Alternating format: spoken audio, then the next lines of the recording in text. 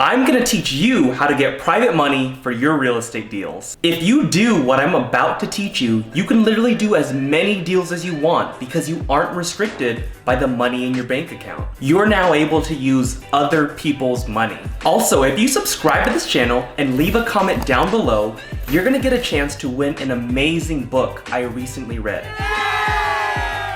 So make sure you're subscribed. Now let's learn how to get some private money.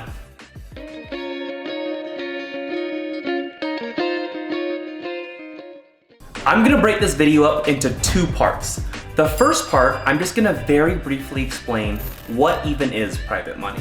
And the second part, I'm gonna teach you how to perfect your pitch when you talk to a private money lender. But back to the first part. What is private money? Private money is any money that you get from an individual. Now this could be a family member, this could be a friend, this could be a colleague. It's pretty much any individual who's willing to lend you money for a real estate deal. And I don't want you to get this confused with a conventional lender or a hard money lender. This is not an institution. This is gonna be money from an individual person. Now the second part to this video is the most important part and the longest part, and I'm gonna teach you how to perfect your pitch when you talk to any potential private money lenders. Whenever you talk to a potential private money lender, you have to answer two very important questions. The first question is, why should I trust you? And the second question that they're gonna be thinking is, what's in it for me? When it comes to raising private money, trust is the most important part. You have to build trust. And in my opinion, you can build trust in three main ways. So the first way you can build trust, and this one might be a little bit self-explanatory, but don't be shady. If you are a shady person and you have a bad reputation, you need to pause and you need to take a couple steps backwards because you need to work on your reputation. And you need to build your reputation as someone who's responsible and trustworthy. And you can do this a multitude of ways, but the first way, honestly, you have to start working on your social media and you want to post the right things. So if you're always posting you going to the bars and the clubs and just drinking and smoking on social media, someone on the outside might perceive you as someone who they don't want to do business with. So be cautious of that. The second way you can build trust is also through social media. So you want to be able to post your journey.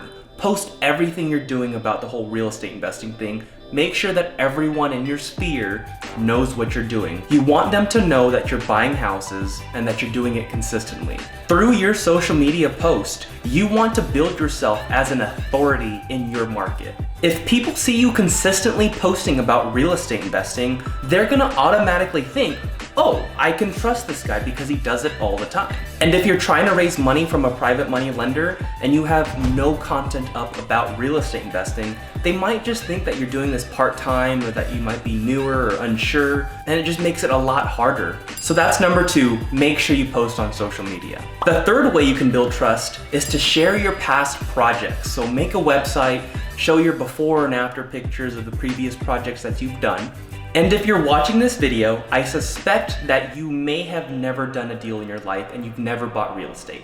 And that's okay. Here's what you do. Because you have no track record at all, it might be a little bit harder to get private money lending. However, some private money lenders are still willing to lend to you in exchange of an equity split. And let me explain what I mean to you by that. Because you are newer and they are putting all the money up, they might ask you to just split the profits 50-50 on a deal, instead of you paying them an interest amount every single month. And of course, this is all negotiable, but 50-50 is common. Sometimes they want 60%, you get 40, but like I said, it's all negotiable. And if that's the only way you can get the deal done, then take it. Don't be greedy, don't worry about giving so much of the deal away. Just take it and do the deal because it's gonna build your track record. You need more deals to get more private money. So those are the three ways you can build trust with a private money lender.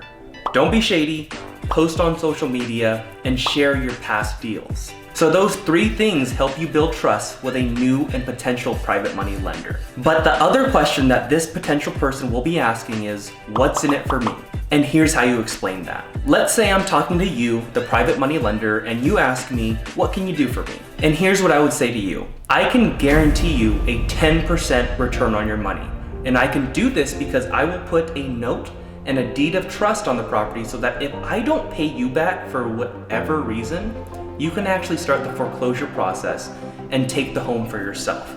and the home was bought at a massive discount. So this is different than the stock market. Say you invest in a stock and the stock goes all the way down to zero, you lose all your money. Now this is different because if you work with me, that can't happen. The worst possible case scenario is that I don't pay you back and you foreclose on the home and you get the home at a big discount and you can resell that easily later. But that's the worst possible case scenario. So remember, when you're making a pitch to a private money lender, make sure you build the trust and you tell them what's in it for them. You do 2 of those things, I promise you, it's gonna be much, much easier to raise private money for your deals. And like I said at the beginning, if you wanna enter the giveaway, make sure you subscribe to the channel and comment down below. But I'll see you at the next one.